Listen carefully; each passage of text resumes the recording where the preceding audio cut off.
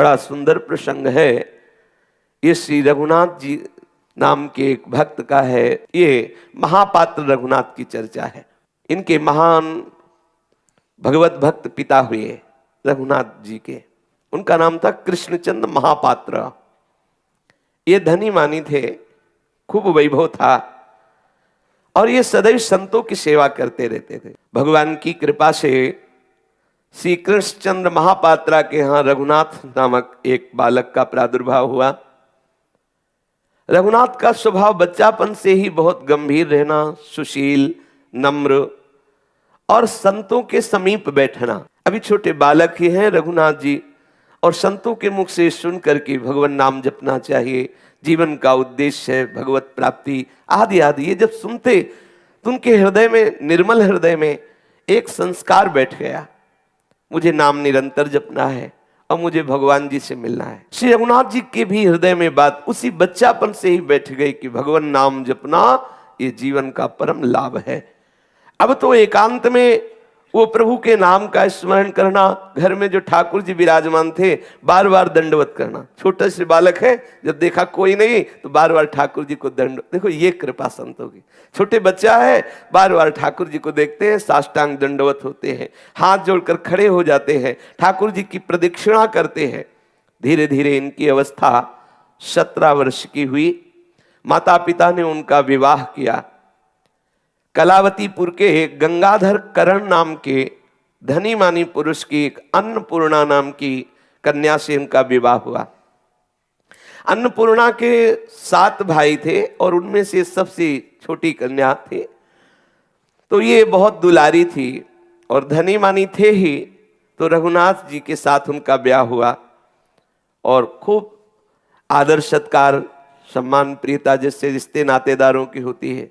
रघुनाथ दास जी को बहुत चुभा हृदय में कि मेरे हृदय की तो विकलता थी कि प्रभु मिले, और ये क्या हो रहा है, प्रभु मुझे क्यों बांध दिए। हृदय में बड़ी विकलता। जब पहले समय की जबकि ये चर्चा है, बहुत कम अवस्था में ब्याह हो जाता। अगर 17 वर्ष की इनकी अवस्था थी तो 13-14 वर्ष की अन्नपूर्णा जी की अवस्था होगी। बहुत छोटी अवस्था में ब्याह हो जाते थे। सुलक्षणा, सुंदर, सुशील और बहुत ही सुंदर, ऐसा उसका सरल स्वभाव अन्नपूर्णा का। लेकिन इनके हृदय में चुभन, नहीं प्रभु मुझे नहीं चाहिए, ये सांसारिक प्रियता नहीं चाहिए, मुझे आपके सिवा किसी से अपनापन नहीं करना। 17 वर्ष की अवस्था है। देखो संत कृपा का प्रभाव, ऐसी भक्ति दृढ़ है कि इनको खुशी नहीं हुई। माता पिता ने अपनी प्रसन्नता के लिए इनका ब्याह किया। अब तो ये उदासीन रहते, लेकिन वो अन्नपूर्णा ऐसे मंगल स्वभाव की, कभी इनसे कोई प्रश्न नहीं किया। हृदय से निश्चय किया, मेरे जीवन धन, मेरे प्राणनाथ चाहे जिस स्थिति में रहे, कभी इनको प्रतिकूलता नहीं दूंगी और सदैव इनके अधीन रहूंगी, उसका निश्चय। इनके पिता जब देखे हमारे बेटे का ब्याह हो गया तो एक प्रसन्नता आई और इन्होंने विचार किया, जिस जिसको हमने ब्याज में पैसा दिया था अब किसी का ब्याज नहीं लेंगे। एक उत्साह वृत्ति, सबका ब्याज माफ कर दिया। धीरे धीरे उनका शरीर बीमार हुआ और ऐसा लगा कि अब हमारे प्राण निकल जाएंगे। रघुनाथ को समीप बुलाया, मरणासन शैया पे है, और बुला करके कहा, बेटा मैं चाहता हूं कि कभी मेरे नाम का कोई कर्जा न रह जाए। ये जो हमने बहुत धन दिया लोगों को संत सेवा, अतिथि सत्कार आदि में, तो कभी कहीं हमने किसी से धन भी लिए हैं। तो अगर कोई हमारे मरने के बाद तुमसे कहे कि ये हमसे कर्जा लिए थे तो उसको वापस दे देना, इतना तुम करना, क्योंकि मैं भगवान के समीप जा करके सदैव उनकी सेवा में रहूं। और यहाँ कोई कोसे कह रहे हो तो हमारा कर्जा लेके मर गया, तो मैं ऐसा नहीं चाहता। और वो मरणासन स्थिति में, मूर्छा स्थिति में ऐसा रघुनाथ जी को आदेश किया। अब भगवान की लीला ही थी और वो पधार गए। उनकी जो मां थी रघुनाथ दास जी की, कुछ ही समय में उनकी भी मृत्यु हो गई। अब जब लोगों को ये पता चला कि वो मरते समय कह गए थे कि जिनका कर्जा हो दे देना, तो जिनके कर्जे नहीं थे वो भी आ जाते हैं, बोले हमारा कर्जा था वो दे। यहां तक कि छली कपटी लोगों ने उनका घर भी ले लिया।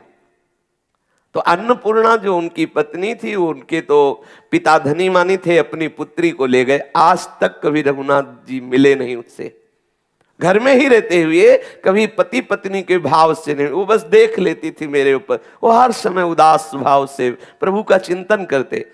भगवान लीला बिहारी ऐसे हैं कि छली कपटी लोगों ने कि मेरा भी कर्जा था, मेरा भी कर्जा, घर भी छीन लिया उनका।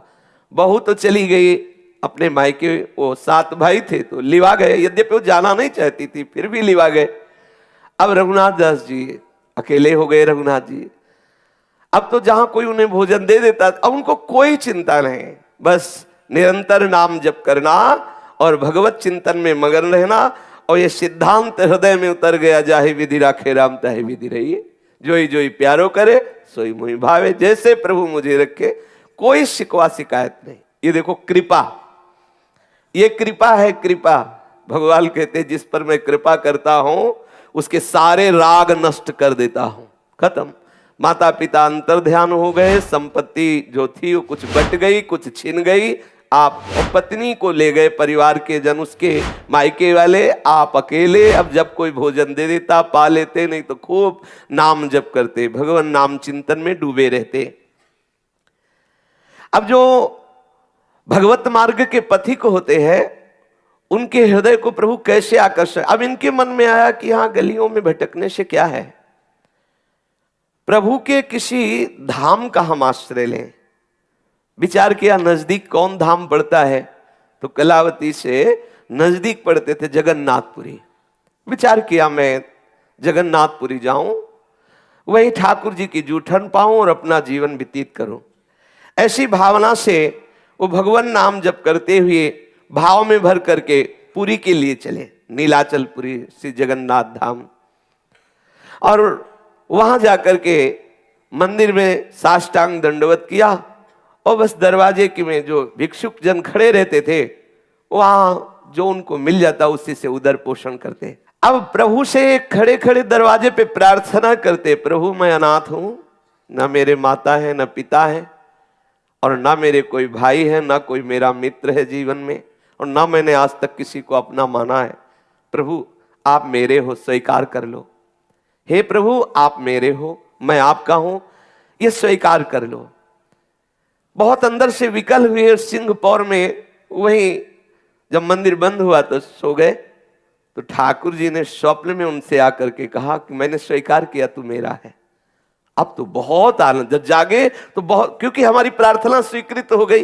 ठाकुर जी ने स्वप्न में कहा कि तुम जिस भाव से मुझे स्वीकार करो, मैंने तुम्हें स्वीकार कर लिया। अब तुम आज से अपने को अनाथ मत मानना, मैं तुम्हारा हूं और तुम हमारे हो। अब तो उनको बड़ा आनंद आने लगा, बड़े भाव से जगन्नाथ जी के दर्शन करते रहते। और वहीं सिंहपौर में जो कुछ भिक्षुकों के साथ उनको मिल जाता उसी से उदर पोषण करते, फटा पुराना वस्त्र अपने शरीर में डाले। अब तो किसी की कोई चिंता नहीं, कोई अब अंदर से कोई आकांक्षा नहीं, कोई संबंधी नहीं, दृढ़ भावना ऐसी भाव में भर करके विश्वास पूर्वक कातर भाव से प्रभु को पुकारते रहते, प्रभु का नाम कीर्तन करते रहते। प्रभु के कृपा प्रसाद से उनके हृदय में एकमात्र भगवत भक्ति रह गई, केवल भक्ति का ही पूर्ण राज्य हृदय में। अब जब ये कुछ जगन्नाथपुरी से यात्री जन गए तो जो अन्नपूर्णा के पिता थे, माता थे और 7 भाई थे, वो धनी मानी थे और बहुत ही कठोर बुद्धि के थे। उन लोगों को जब ये कुछ लोगों ने बताया कि जगन्नाथपुरी में हमने देखा कि तुम्हारे जो जामाता है ना, दामाद, फटे पुराने कपड़े पहने हुआ भीख मांगते हैं, वहीं दरवाजे में देखा जगन्नाथ जी के। तो आपस में अन्नपूर्णा के माता पिता ने विचार किया कि हम अपनी पुत्री को क्यों जीवन भर ऐसे बैठा ले रहे हैं, वो तो भिखारी है, उसका सब कुछ नष्ट भी हो गया है, और हम तो धनी मानी है, हम दूसरा विवाह अपनी पुत्री का करते हैं। बिना उस अन्नपूर्णा से सलाह लिए उन्होंने उनका ब्याह तय किया वहां के राजमंत्री के पुत्र से। और वो जानता था कि इसका ब्याह हो गया, पर बहुत सुंदर सुशील स्वभाव की थी और वो बहुत ही गंदे स्वभाव का था जो राजमंत्री का बेटा था। वो राजी हो गया ब्याह करने के लिए। अब पिता की ये बात जब अन्नपूर्णा के कान में पहुंची धीरे धीरे कि हमारा दूसरा विवाह हो रहा है राजमंत्री के लड़के से, अब तो वो बहुत कांप गई। उसने कहा ऐसे कैसे हो सकता है? ठीक है हमारे पति हमसे कभी बोले नहीं, ठीक है हमारे पति के पास धन नहीं रह गया, ठीक है हमारे पति भिक्षावृत्ति से जगन्नाथ जी के दरवाजे पर बैठे रहते, लेकिन है ना मेरे प्रीतम, है ना। जब है तो मैं दूसरे को कैसे स्वप्न में भी स्वीकार कर सकती हूं। गंगाधर और मंत्री पुत्र दोनों ने ये दृढ़ निश्चय कर लिया कि अब विवाह पक्का, फाल्गुन शुक्ला पंचमी तिथि तय हो गई। अन्नपूर्णा ने जब ये सब बातें सुनी तो विचार किया और जगन्नाथ जी का स्मरण किया, प्रभु ऐसा कैसे हो सकता है, मेरे पति आपकी शरण में और मुझे दूसरे के साथ जाना पड़े। मैंने निश्चय किया है कि जिनसे मेरा ब्याह हुआ वही मेरे प्रीतम है, प्रभु आप ही मेरी रक्षा कर सकते हो। अंदर ही अंदर वो प्रभु से प्रार्थना करने लगी।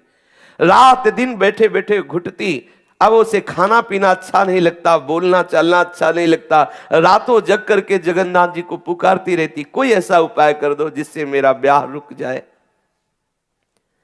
एक दासी थी जो अन्नपूर्णा को मां की तरह दुलार किया था, धाय मां उसे कहते हैं, प्रकट करने वाली मां और उसकी सेवा करने वाली धाय मां। बड़े घरों में सेविका रूप से आजीवन दासी भाव से जो रहती थी वो धाय मां के समीप गई और उसकी गोद में बैठकर कहा कि मां मुझे बचा लो, मैं अपने धर्म से भ्रष्ट नहीं होना चाहती हूँ। ये दुष्टता का रूप लिए हुए मेरे माता पिता मंत्री के पुत्र के साथ ब्याह निश्चय कर चुके हैं फाल्गुन शुक्ला पंचमी को, कोई उपाय बताओ, किसी दूसरे को छूने भी नहीं दूंगी।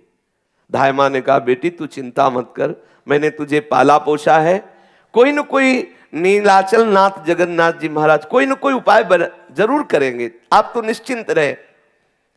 दासी एक दिन विचार करते हुए निकली और मोहल्ले में पता लगाया, बहुत बड़ा नगर था कलावती, मोहल्ले में पता लगा कोई जगन्नाथपुरी जा रहा है क्या, तो उसको पता लगा कि कुछ लोग जगन्नाथ जी के दर्शन करने जा रहे हैं।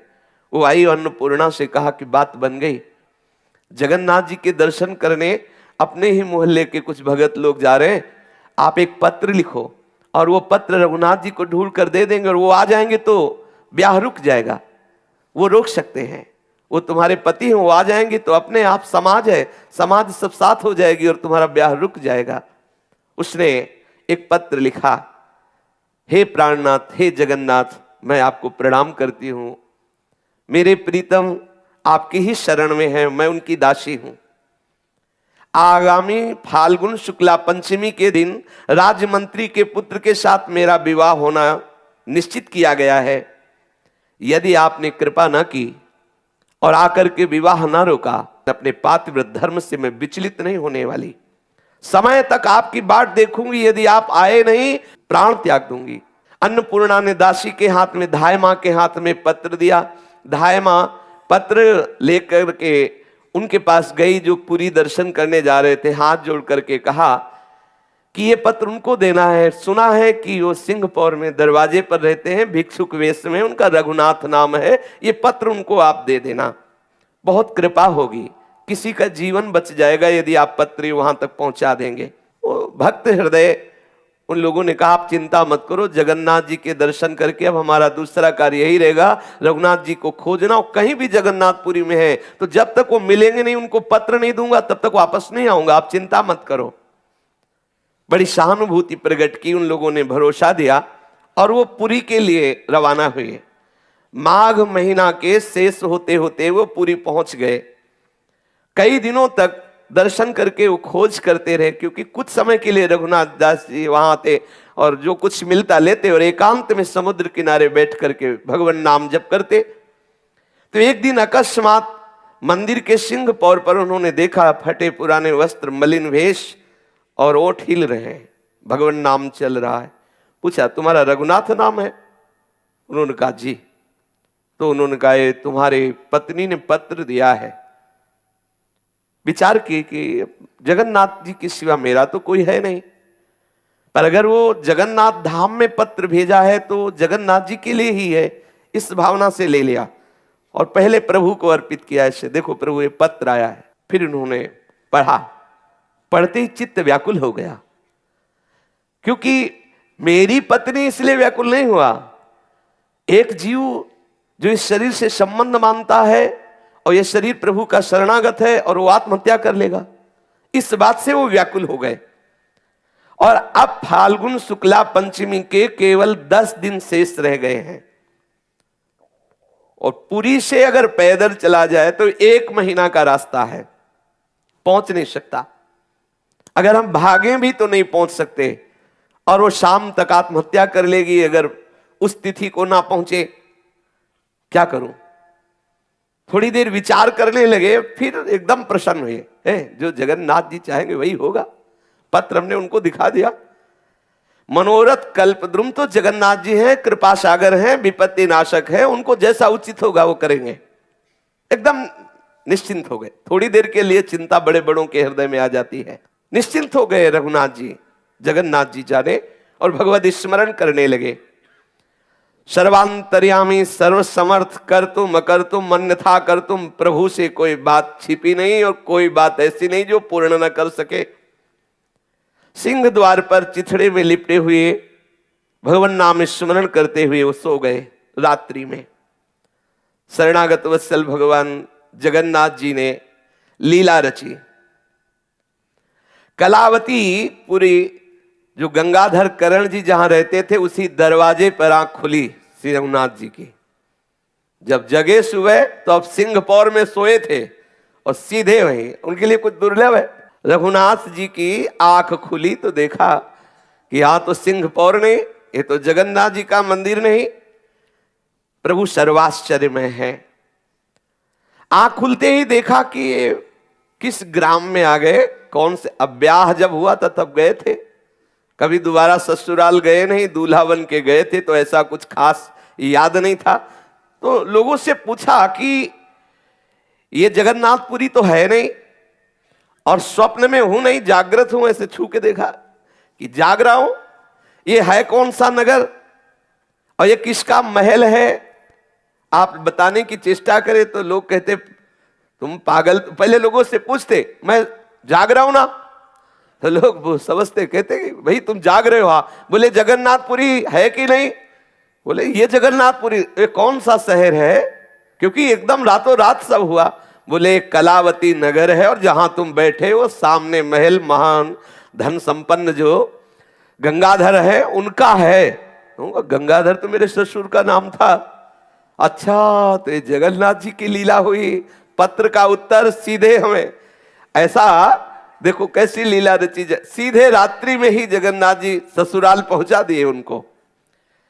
अब जब घर वाले निकले तो देखा फटे पुराने कपड़े में रघुनाथ भाग के गया। लड़का जो 7 भाई थे बोले सब गड़बड़ हो गया। क्या? बोले वो आ गया, अन्नपूर्णा का जो पति था वो तो सामने दरवाजे में बैठा हुआ है। भागे माता पिता और बाहर जाके बोले अरे बेटा बाहर क्यों बैठे हो। ये लोग सब बड़े कपटी स्वभाव के थे और तत्काल हाथ पकड़कर घर के अंदर आए कि कोई जान न पावे कि ये इनका दामाद है, क्योंकि ब्याह तय हो गया है, फिर लोग हंसी उड़ाएंगे। अंदर ले गए। अन्नपूर्णा ने जे ही देखा पति आए तो मानसिक प्रणाम किया, एकांत में बैठी हुई थी।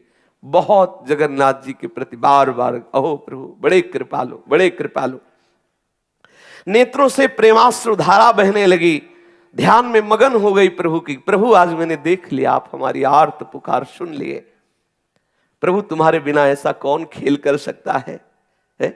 अभी 10 दिन बकाया है और पहले ही हमारे पति को भेज दिया। वो बहुत आनंद में मगन है। रघुनाथ तन मन की शुद्ध भूले हुए जगन्नाथ जी से बात कर रहे अंदर ही अंदर, प्रभु कैसे कृपाल हो, कैसे लीलाधारी हो। और पत्नी भी उनके भाव में डूब रही, और ये सब पूरा परिवार जल रहा है। अब क्या किया जाए, ये तो आ गया, अब क्या किया जाए, क्योंकि अगर ये यहां जीवित है तो ब्याह कैसे हो सकता, समाज भी तो है।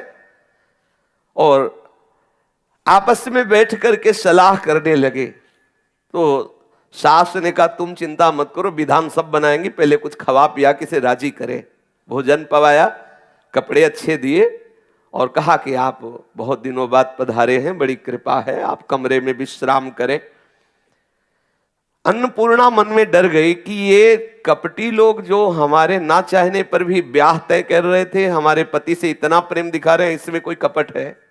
अंदर ही अंदर वो समझ गई कि ये जैसे कटोरा तो सोने का है लेकिन भरा उसमें विष है। प्रियता तो दिखा रही है जामाता जैसी ही कि भाई हमारा दामाद आया है, लेकिन अंदर इनकी जरूर छल कपट है। हृदय में वो विचार करें कि प्रभु हमें डर लग रहा है कि कोई न कोई ये विषम लीला न कर दे। अब जब वो सैया पर लेटे हुए हैं कमरे में, रघुनाथ जी धीरे धीरे पतिव्रता अन्नपूर्णा जी गई और उनके चरणों को स्पर्श किया, धीरे धीरे चरण दबाने लगी और उनके मन में बहुत बातें आ रही कि मैं अपने पति से बोलूं, लेकिन एक भी शब्द ना बोल पाए। रघुनाथ जी देखा कि पत्नी चरण दबा रही, शांत गंभीर। उनके भी मन में आया कि मैं इसको ढांढस बनाऊं, लेकिन ना वो कुछ बोल पाए ना वो कुछ बोल पाए। अन्नपूर्णा के माता आई और बोली चलो चलो, देखो थके हुए आए, उनको सोने दो, तुम हटो। और बेचारी बहुत लज्जा संकोच से उसको हाथ पकड़ करके अन्नपूर्णा का ले गई एकांत कमरे में, तू यहां बैठ, दामाद को सोने दे। और वो समझ गई कोई न कोई इनकी ऐसी मंत्रणा होगी जिससे हमारे पति की हानि हो। एक कोठरी के कोने में गंगाधर, उसकी पत्नी और 7 पुत्र मिलकर विचार किया क्या किया जाए, इसको रात में मार दिया जाए। तो उन्होंने कहा अगर ऐसे मारोगे तो अन्नपूर्णा हल्ला मचा देगी, कोई ऐसा उपाय करो जिससे अन्नपूर्णा भी न जान पाए ये मर जाए, और सुबह हम लोग ये कह देंगे कि काले सर्प ने काट खाया और ये मर गए, और फिर कोई बात नहीं होगी, फिर तो ब्याह हो ही जाएगा, वो तो तय ही है फाल्गुन शुक्ला पंचमी को। अब वो सलाह षड्यंत्रकारी माता पिता और भाइयों ने किया और बहुत ही तीक्ष्ण विष मंगाया गया, और संध्या काल के जो भोजन की तैयारी थी, सुंदर सुंदर पुआ, खीर, पूड़ी और मिठाई, सब में विष मिला दिया। देखो कैसी पाप मूर्ति ये परिवार के जन है, सब में विष मिला दिया कि इस भिखारी को मार दो और उस राजमंत्री के पुत्र के साथ जो ब्याह तय है, हमारी पुत्री का ब्याह हो जाएगा। वो समझ गई कि कुछ ना कुछ तो गड़बड़ है। वो रसोई में गई, बोली माँ मुझे भी सेवा का अवसर दीजिए, मेरे पति देव आए। अरे नहीं, तू तो रे मेरे दामाद हैं, आज तो मुझे, कल भले तू पवा देना, आज शाम की रसोई में तेरा प्रवेश नहीं, तू तो बैठ जाके दूर। ना तो पति से मिलने दे रही है ना रसोई में आने दिया। उसको पक्का विश्वास हो गया तो उसने धाय मां से कहा कि तुम कृपा करो, हमें किसी तरह संकेत मिलना चाहिए कि इन लोगों का क्या षड्यंत्र हो रहा है, कोई न कोई तो है। मेरा हृदय कह रहा है कुछ न कुछ तो ये गड़बड़ कर रहे हैं, कुछ न कुछ मेरे पति का अहित करना चाहते हैं। अब धाय मां तो दासी थी, उसके लिए तो कोई रोक था नहीं। वो धीरे से वहां की सब रसोई के रहस्य को जान करके आई और कहा बेटी ये तो बहुत बड़ी निंदनीय बात है कि तुम्हारे माता पिता और भाई मिलकर बहुत तीक्ष्ण जहर इस स्वादिष्ट भोजन में मिलाया गया है और ये सब तुम्हारे पति को मारना चाहते हैं। अब तो घबरा गई, हिम्मत की कि जो कुछ भी हो पति के प्राणों की रक्षा करनी चाहिए। गई, दौड़ पड़ी उसकी माँ, रसोई में प्रवेश होते ही रोक दिया। अरे तुम क्यों आ रही हो? तो उनका माँ मेरी भी इच्छा है, कुछ ना कुछ तो मेरी भी सेवा लगे ना, मेरे पति आए हैं, मेरी इच्छा है ना ना। अब उसने, भगवान की ऐसी लीला थी कि जो अपने लिए भोजन तैयार किया था सास ने, वो भोजन उठाई और दूसरे कमरे में रखने के लिए गई। इतने में अवसर मिला, जो थाल सजाई गई थी जहर से भरे हुए पदार्थों से रघुनाथ जी की, उसमें एक पिष्टी मिठाई थी जो 2 पीस में चिपकी हुई थी। तुरंत देखा उसने, और जैसे छौंक लगाने में एक पत्र होता है, तेज पत्र, हाँ वो जो छौंक लगाने में होता है ना, उसको तत्काल उसने लिया और अपने काजल से लिखा विष है, विष है लिख करके उस पिष्टी में दबा के सबसे ऊपर रख दिया और भगवान से प्रार्थना की। और जानती थी कि प्रसाद पवाने में पहले पवाया था कि मीठा इनको बहुत पसंद है, अगर थाल में मीठा होता तो सबसे पहले मीठा पाते, तो उसको पता था। उसने जगन्नाथ जी से प्रार्थना किया, हे भगवान मेरी प्रार्थना सुन लो, मेरे पति सबसे पहले इसी पिष्टी मिठाई को ले और वो उसे खोल कर देख ले, इतनी आप कृपा करना। सोने की थाल में, सुंदर सुंदर कटोरियों में खीर, सब्जी, पूड़ी, ये सब, और सबके ऊपर फिर मिठाई। अब वो ये रहस्य मां नहीं जान पाई कि उस मिठाई के बीच में, उस तेज पत्र में लिखा है कि विष है। ऐसा लिख करके उसने रघुनाथ जी के सामने थाल पहुंची। रघुनाथ जी तो जय जगन्नाथ आंख मूंदा और कीर्तन करने लगे, और भावना में एक एक कवल जगन्नाथ जी को पवाने लगे। थोड़ी देर के बाद फिर आंख खोली और जय जगन्नाथ, और जे भी वो पिष्टी उठाई, सब पूरे परिवार के जन ताक रहे हैं कि अब तो बस पाएगा, थोड़ी देर में मर जाएगा। ऐसे पिष्टी खोली तो नजर बचा के ऐसे देखा कि विष है। खिड़की से पत्नी भी देख रही थी तो उन्होंने ऐसे देखा। पत्नी समझ गई कि देख लिया, बहुत प्रसन्न हुई, हट गई वहां से। अब वो विचार करने लगे कि ये तो हमने जगन्नाथ जी को अर्पित कर दिया। जो वस्तु जगन्नाथ जी को अर्पित कर दिया, जब प्रभु को भोग लगा दिया, अपने लोग हो तो कह दे कोई साक्षात थोड़ी लगाया, तो भावना में लगा है, हम नहीं पाएंगे, जहर है इसमें। लेकिन निष्ठा, उन्होंने कहा जब हमने जगन्नाथ जी को पवा दिया, मेरे प्रभु ने पा लिया, तो फिर क्या, मरना तो एक बार है ही ना। हम प्रभु को अर्पित किए हुए प्रसाद को नहीं छोड़ सकते। प्रभु को तो लगा दिया भोगो, आप कहे कि इसमें जहर है, फिर ऐसा नहीं। जय जगन्नाथ पाना प्रारंभ किया। जैसा पूर्ण पाया जाता है वैसे ही पाते पाते शरीर नीला होने लगा, क्योंकि जहर था ही। आंखों के सामने अंधकार छाया, मुरझाई गिर। अच्छा, वो अन्नपूर्णा जी इसलिए प्रसन्न है कि पति ने पढ़ लिया, आप काहे को खाएंगे, वो तो चली गई प्रसन्न होकर, भगवान ने मेरी बात सुन ली।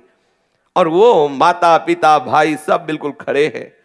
पूरा प्रसाद जिसे पाया जाता, पाते ही आंखों के सामने अंधेरा छाने लगा, शरीर नीला पड़ने लगा, गिरे और प्राण निकल गए।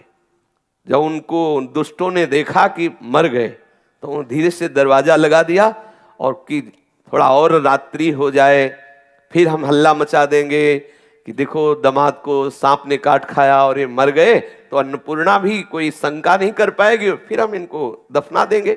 ऐसी भाव बड़े प्रसन्न हुए वो सास ससुर और वो भाईजन की, बढ़िया हमारी जो षड्यंत्र था वो पूरा हुआ, हमारी बात पूरी हो गई, अभी मर जाएगा, अब राजमंत्री के साथ ब्याह होगा।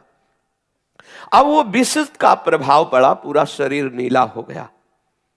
जब सबको प्रसन्न देखा तब उसके मन में आई, अन्नपूर्णा के मन में, उसने धाय से कहा कि तुम दौड़ के देखो क्या बात है, ये प्रसन्न क्यों है। धाय ने कहा ये खुसुर खुसुर आपस में बात कर रहे हैं, हमें लगता है कोई षड्यंत्र इनका काम कर गया।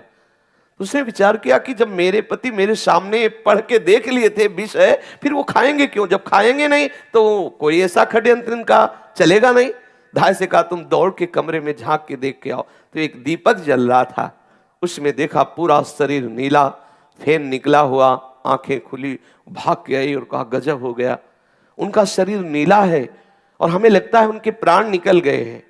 अब तो विकल हो गई, ऐसा क्यों हुआ, क्योंकि हमने तो लिख दिया था इसमें विष है और पति ने पढ़ भी लिया था, ऐसा क्यों। भाग के गई और खिड़की से झांक करके देखा तो पति को निष्प्राण देखा। अब तो कांप गई और जगन्नाथ जी से कहा कि आपके होते हुए प्रभु ऐसा कैसे हो गया, हे दीन बंधु, हे पतित पावन, ऐसा कैसे हो गया। प्रभु आप तो सर्वसमर्थ हैं और हमने लिख के भी आपकी प्रेरणा से दिया और उन्होंने आपकी प्रेरणा से पढ़ा भी, फिर ऐसा कैसे हो गया। बहुत अंदर से बहुत वो दुखी है, विकल हो रही है। फिर अन्नपूर्णा एकांत में बैठ करके आर्त भाव से प्रभु से प्रार्थना करे, हे कर तुम अकर तुम अन्यथा कर तुम सर्वसमर्थ स्वामी, आपके लिए विष को अमृत कर देना क्या कोई आश्चर्य की बात हो सकती है। मेरे प्रीतम को बचा लो, हे प्राण प्यारे मेरे प्रीतम को। अब वो बार बार एकांत कमरे में बैठती, बार बार आती, हिम्मत नहीं पड़ रही कि अब करे तो क्या करे, क्योंकि देखती है कि पति पधार गए और ये दुष्ट जन आनंदित हो रहे हैं। उसके हृदय में अंधकार छा रहा, क्या करूं। चारों ओर अपने आप को निर्बल देख करके वो आर्त भाव से प्रभु को पुकारा, हे जगन्नाथ कृपा करो, हे करुणा में कृपा करो। आर्त भाव से जब इस देवी ने पुकार की तो अखिल विश्व के स्वामी श्री ठाकुर जी महाराज रुक नहीं सके। तत्काल देखा कि कमरा प्रकाशित हो गया। उसने खिड़की से झांक के देखा, कमरा प्रकाशित हो गया और नील श्याम मेघ जैसी अंग कांति है, नौ किशोर अवस्था है, और रघुनाथ दास जी के सर को अपनी गोद में रख के जैसे मां दुलार करती, ऐसे प्रभु हाथ फेरे। प्रभु का स्पर्श होते ही रघुनाथ जी दास जी के शरीर में जैसे बिजली दौड़ पड़ी हो, कर तुम कर तू है। वो बहुत आनंदित हुई। घनश्याम के श्याम अंग की कांति से संपूर्ण वो कमरा प्रकाशित हो रहा है। अब वो लोग तो प्रसन्न है, अलग कमरे में सब बैठे हुए कि बहुत बढ़िया बात बन गई, वो तो मरी गया है, अब उसको दफना देंगे और ब्याह हो जाएगा। लेकिन श्री ठाकुर जी की लीला, प्राणपति के मस्तक पर जगतपति का हाथ दे करके बहुत आनंदित हुई। ठाकुर जी ऐसे ऐसे हाथ फिरा रहे हैं। फिर मधुर स्वर में ठाकुर जी बोले कि मेरे लाल रघुनाथ उठ, कोई सृष्टि में ऐसा विष ही नहीं बना जो तुझे अचेत कर सके, उठ जा। ऐसा प्रभु बोल रहे, देख मैं आ गया हूं, उठ जा। ऐसा ठाकुर जी जे भी बोले तो वो जैसे कोई बहुत गहरी नींद से सो के उठा हो, उठे। अब जे ही उठे ठाकुर जी अंतर ध्यान। रघुनाथ जी को लगा कि बहुत थके हुए थे, आज बहुत गहरी नींद आ गई। अब वो पतिव्रता बहुत प्रसन्न हुई, बस हट गई वहां से कि कोई जान न पावे, एकांत में गई। अब वो बहुत आनंदित है कि मेरी बात श्री ठाकुर जगन्नाथ जी ने सुन ली और उसको ठाकुर जी का दर्शन हुआ, देखा ठाकुर जी आए। अब आप देखो उसका क्या भजन है, एक भगवत भक्त पति के प्रति पूर्ण आसक्त है। तो देखो अभी साक्षात जगन्नाथ जी का दर्शन रघुनाथ जी को नहीं हुआ, उनकी पत्नी को हो गया। देखा कि ठाकुर जी आए हैं, गोद में सर रखा रघुनाथ जी का दुलार, और रघुनाथ जी जे भी जगह ठाकुर जी अंतर्धान हो गए। रघुनाथ जी उठ करके बैठे और जैसे आंख मलते हुए कोई नींद से जगा हुआ और बोले आज तो बहुत सुख मिला नींद में। फिर विचार किया कि नहीं नहीं, मैंने तो जहर भरा भोजन पाया था और मुझे व्यथा भी हुई थी, मैं मूर्छा को भी प्राप्त हो गया था, बड़ी वेदना बड़ी जलन अंगों में हुई थी, तो ये मेरा मतलब कि मेरे प्राण निकल गए थे, मुझे शायद प्रभु ने जीवित किया है, मैं सो नहीं रहा था, मैं तो मर चुका था। बस समझ गया जगन्नाथ जी, समझ गया तुम्हारी करुणा, आपने ही मुझे बचाया है। बहुत आनंदित हुए और बड़े प्यार से बार बार प्रभु का ध्यान कर रहे। अब तो और आनंद, क्योंकि प्रभु ने स्पर्श किया है ना।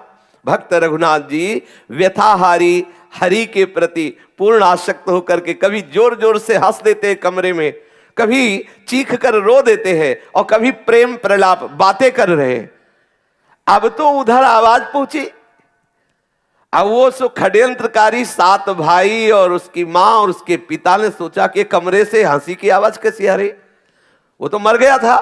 भागे, जब भाग के आके देखा तो बावरे से कभी जगन्नाथ जी के ध्यान में हंस रहे, कभी रो रहे, कभी प्रेम। उनको लगा अरे, बोले नकली जहर था क्या? बोले नहीं नहीं, जहर तो असली था, फिर ये बच कैसे गया? अब तो हृदय में उनके भय समा गया। अब गंगाधर, उसकी स्त्री, 7 लड़के भयानक चिंता में जलने लगे कि अरे ये तो मरा ही नहीं। इन दुष्टों ने देखो विचार करके जहर दे दिया। जब देखा कि जहर का तो कोई प्रभाव नहीं, अब वो तो कांप गए, बाहर से झांके, अब तो उनका हृदय जलने लगा। अब क्या करें? अब वो पापियों के लिए एक एक क्षण महान कष्टदायक, हृदय जल रहा है, क्या करें? अब वो विचार करने लगे कि क्या करें, कैसे, क्योंकि मैंने तो जहर भी दिया और ये मरा नहीं, बच गया, और ब्याह की तारीख पक्की है, मंत्री के पुत्र के साथ ब्याह होना है। सब कांप रहे हैं, विचार कर रहे क्या करना चाहिए। और इधर जय जगन्नाथ, जय हरि, जय जगन्नाथ, जय हरि, ये तो नाम कीर्तन करते, कभी नाचते, कभी हंसते, कभी गाते हैं। रघुनाथ जी तो आनंद में मगन है और ये सब जल रहे। इनका हृदय एक तो अपराध बन गया, दूसरी बात ऐसी कलुषता की भावना करने वाले को कहीं शांति मिल सकती है क्या? भक्त तो झूम रहा है और ये सब जल रहे हैं। अब उनके हृदय में आया कि ये कोई मामूली आदमी नहीं है जो जहर खा करके भी जिंदा है। तो सबने इशारे से विचार किया इसी के पैर पकड़ो, फिर कोई बाद में चाल चली जाएगी, पहले तो पैर पकड़ो। सब गए चरणों में, सब प्रणाम किया और कहा कि मेरे से गलती हो गई, मुझे क्षमा करो। श्री रघुनाथ जी ने प्रसन्न मुद्रा में कहा कि इसमें आपका कोई दोष नहीं, जगन्नाथ जी कृपालु हैं, मेरा कोई कर्म भोग था जिसको पवित्र करने के लिए आप लोगों के द्वारा भगवान ने ऐसी चेष्टा कराई। ये देखो, हो सकता है मैंने पूर्व जन्म में किसी को जहर दिया हो, तो आपके द्वारा प्रेरित होकर जगन्नाथ जी मेरे पाप कर्म को निवृत्त कराना चाहते, इसलिए मुझे आप लोगों से जहर दिलाया। इसमें आपका कोई दोष नहीं। ये भक्त का हृदय, वो मेरा कर्म भोग था। आप निश्चिंत रहिए, मेरे हृदय में आपके प्रति कोई भी दोष बुद्धि नहीं है। ये सब जगन्नाथ जी की लीला है। अब आप आनंदित रहिए, मैं आपके प्रति तनिक भी द्रोह भाव नहीं कर रहा हूं, ऐसा। और आप लोग मुझे दरिद्र नीच के प्रति अगर ऐसा भाव रखते हो कि इसके पास तो कुछ है नहीं, लड़की दुख पाएगी, दूसरे के साथ ब्याह कर दे, तो यदि अन्नपूर्णा राजी हो तो आप ब्याह कर दो। अगर ना राजी हो तो फिर ऐसा अपराध मत करो, मैं तुमसे प्रार्थना करता हूं। अब मैं जबरदस्ती नहीं कह रहा, यदि वो राजी है तो आप कर दो, अगर नहीं राजी है तो आप ही छोड़ दो। मैं जगन्नाथ जी ले जाऊंगा उनको, जगन्नाथ जी के पास ही रहेंगे, वहीं भिक्षा मांग करके पाएंगे। आप ऐसा ना करो। इसके बाद रघुनाथ दास जी जपने लगे भगवान नाम, उन लोगों से बोलना बंद कर दिया। वो सातों पुत्र सहित गंगाधर पीछे लौटे और विचार करने लगे कि क्या करें, अब क्या करें। रघुनाथ दास जी ने जो हमसे कहा तो क्या करें। अब अन्नपूर्णा तो राजी है नहीं कि दूसरे के साथ ब्याह करें। रघुनाथ दास जी ने उनके जो दिए हुए कपड़े थे उतारा, अपना फटा चद्दर ले आओ, ऐसे ओढ़ा और जा करके दरवाजे के बाहर बैठ गए और कहा, यदि अन्नपूर्णा राजी ना हो तो आप तुरंत उसे बाहर निकालो और हम उसको लेकर जगन्नाथपुरी जाएंगे। अगर वो राजी हो तो तुम ब्याह कर दो, मैं जगन्नाथपुरी चला जाऊं। वो बाहर जाकर के विराजमान हुए। गंगाधर बहुत कुछ विचार करने लगे, पुत्रों सहित अंदर गए। अब क्या किया जाए। अन्नपूर्णा अब तक तो शांत बैठी थी, क्योंकि प्रभु उसके पति जीवित हो गए थे। अब उसने विचार किया कि मैं बाहर निकलकर अपने दुष्ट माता पिता से कह दूं कि अब तुम्हारे रोके नहीं रुकेंगी, लेकिन वो पहले ही उसके कमरे में ताला लगा दिया गया था, बाहर से ताला लगा दिया गया था। अब तो जब दरवाजा खोला तो बाहर से बंद, वो अंदर छटपटाने लगी। गंगाधर ने अन्नपूर्णा का आकर जो खड़बड़ाने लगी तो सोचा कहीं कोई बाहर न सुन ले, तो दरवाजा खोला और अंदर जाकर उससे कहा, अन्नपूर्णा तो इस भिक्षुक राह के भिखारी जिसके पास एक पैसा भी नहीं, तो उसको अब भी पति मानती है। हम लोगों के पास क्या नहीं हो रहा, वो राजमंत्री है, सब सुख भोगेगी, काहे को भिखारी के साथ मरना चाहती है। उसके हृदय में मानो कोई किसी ने छुरी मार दी हो। उसने कहा कि तुम लोग कितने अभागे हो जो अपनी पुत्री के धर्म का नाश करना चाहते हो। तुम पिता हो, तुम्हें संकोच नहीं आ रहा ऐसा बोलते हुए कि मेरा पति है और तुम दूसरे पुरुष के पास जाने के लिए कह रहे हो। अभी तक मैं क्षमा करती रही, ध्यान देना, अगर मैं अपने स्वरूप में आ गई तो नष्ट कर दूंगी तुम्हें। पातिव्रत धर्म में बहुत बड़ी सामर्थ्य है। आज वो क्रोधित होकर के बोली कि अरे तू पिता है, पति होते हुए मुझे व्यभिचार के लिए आदेश कर रहा है, दूसरे पुरुष के लिए। अगर मैं अपने स्वरूप में आ गई तो तुम सबको भस्म कर दूंगी, नष्ट कर दूंगी। कांप गए, पूरे परिवार के जन कांप गए। अब वो हाथ कांपते हुए जोड़ रहे हैं और कह रहे मुझे क्षमा करो। अब तो एक ही उपाय दिखाई दे रहा है, किसी तरह इसको घर से निकालो, अपने पति के पास जाए। नहीं ऐसा, इतना उसका विकराल रूप देखा, दैवी शक्ति से संपन्न उन लोगों को लगा कि मैं भस्म हो जाऊंगा, हम सब नष्ट हो जाएंगे। उसने हाथ जोड़ करके कहा, बेटी तू अपने पति के साथ जा। रघुनाथ का प्रभाव तो देख ही चुके थे, जहर का भी प्रभाव, अन्नपूर्णा का ये रूप देखकर साक्षात दैवी शक्ति से संपन्न। अब तो वो सब हाथ जोड़ के कहने लगे तुम जाओ अपने पति के साथ। गंगाधर ने कुछ प्रसन्नता प्रकट करने के लिए अन्नपूर्णा को कहा कि ये धन ले लो। उन्होंने कहा मुझे नहीं चाहिए, तुम्हारा एक कौड़ी धन नहीं चाहिए। और अपने पति के चरणों में प्रणाम किया और कहा, चलो प्रभु, मुझे कोई सुख सुविधा, मुझे किसी भी तरह के संसारिक घर की जरूरत नहीं, जहां आप हो आपके चरण ही हमारे लिए सब घर हैं। अन्नपूर्णा पति के चरणों में प्रणाम करके उसके साथ चल दिया। शीघ्र चलिए, ऐसे पापियों के बीच में एक मिनट भी यहाँ नहीं रुकना। ये दासी हर तरह से तैयार है, हर कष्ट सहेगी, पर आपके चरणों के समीप रहेगी। अब गंगाधर अपने लड़कों के साथ वापस आ गए। वो जय जगन्नाथ बोल करके अपनी पत्नी के साथ जगन्नाथपुरी की तरफ चलने लगे। अब इन पापियों को अब भी चैन नहीं पड़ा। विचार किया कि क्या किया जाए, अब क्या किया जाए, तो हमारी बात सब रद्द हो गई। अन्नपूर्णा की मैया ने कहा, एक बात है, मंत्री के लड़के को सूचना दे दो कि मैंने तो दिया लड़की तुम्हें अपनी, तुम छीनना चाहो तो छीन लो, मार डालो उसको भिखारी को और लड़की को ले जाओ।